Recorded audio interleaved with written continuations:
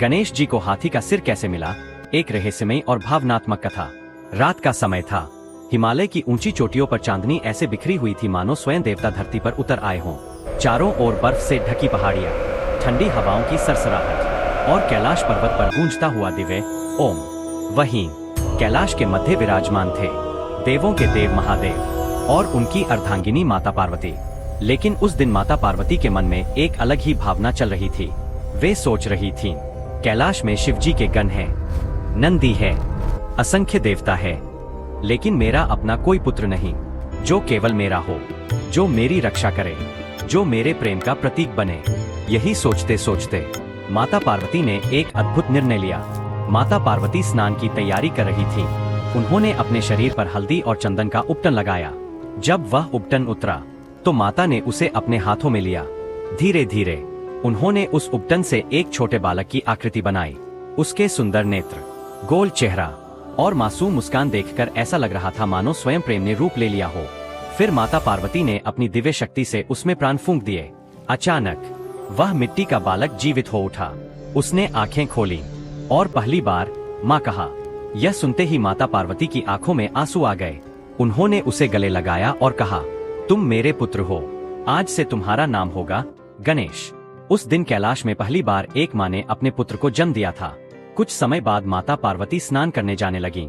उन्होंने गणेश जी से कहा, पुत्र, जब तक मैं स्नान करके बाहर ना आऊं, तब तक किसी को भी अंदर मत आने देना। गणेश जी ने सिर झुकाकर कहा, माता, आपकी आज्ञा मेरे लिए सबसे बड़ा धर्म है। इतना कहकर वे द्वार पर खड़े हो गए। उन्हें नहीं पता था कि थोड़ी ही देर में उनका सामना स्वयं महादेव से होने वाला है। उसी समय भगवान शिव कई वर्षों की तपस्या के बाद कैलाश लौट रहे थे। उनके साथ नंदी, भूत प्रेत और शिवगण भी थे। जैसे ही वे महल के द्वार तक पहुंचे, एक छोटे बालक ने उनका रास्ता रोक लिया। गणेश जी बोले, रुक जाइए, माता की अनुमति के बिना कोई अंदर नहीं जा सकता। शिवजी मुस्कुराए। उन्होंने सोचा, यह बालक कौन है जो मुझे ही रोक रहा है। महादेव ने शांत स्वर में कहा, बालक, मैं इस घर का स्वामी हूँ, मुझे अंदर जाने दो। लेकिन गणेश जी दृढ़ता से बोले, मेरे लिए केवल माता की आज्ञा महत्वपूर्ण है। अब शिवगणों को क्रोध आने लगा। नंदी आगे बढ़े और बोले, बालक, तुम जानते भी हो ये कौन है? ये स्वयं महादेव है। लेकिन गणेश जी तनिक भी नहीं डरे। उन्होंने कहा, चाहे कोई भी हो, जब तक माता आदेश न दे, कोई अंदर नहीं जाएगा। यह सुनकर शिवगण क्रोधित हो उठे। उन्होंने गणेश जी को हटाने का प्रयास किया, लेकिन आश्चर्य, एक छोटा सा बालक सभी शिवगणों पर भारी पड़ने लगा। उसकी शक्ति देखकर देवता भी हैरान रह गए। धीरे धीरे युद्ध शुरू हो गया। नंदी ने आक्रमण किया, लेकिन गणेश जी ने उन्हें दूर फेंक दिया। भृंगी आए, वे भी हार गए। एक एक करके सभी गण पराजित होने लगे।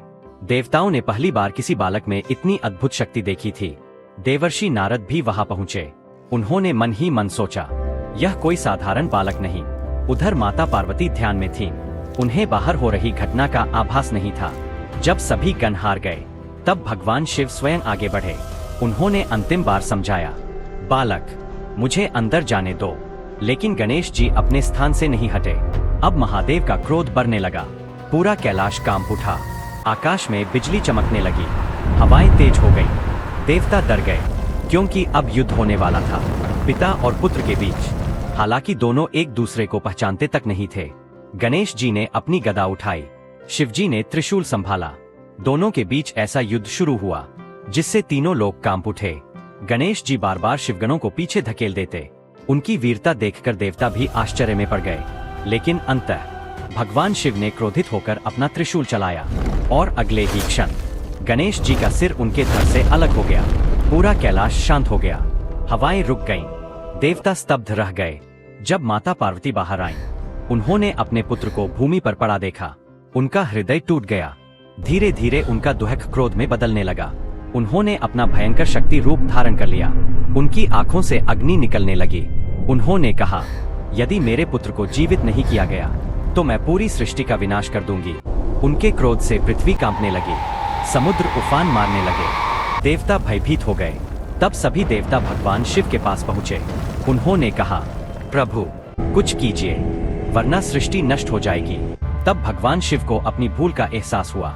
उन्होंने तुरंत अपने गणों को आदेश दिया, उत्तर दिशा में जाओ और जो भी पहला जीव दिखाई दे उसका सिर लेकर आओ। शिवगण तुरंत निकल पड़े।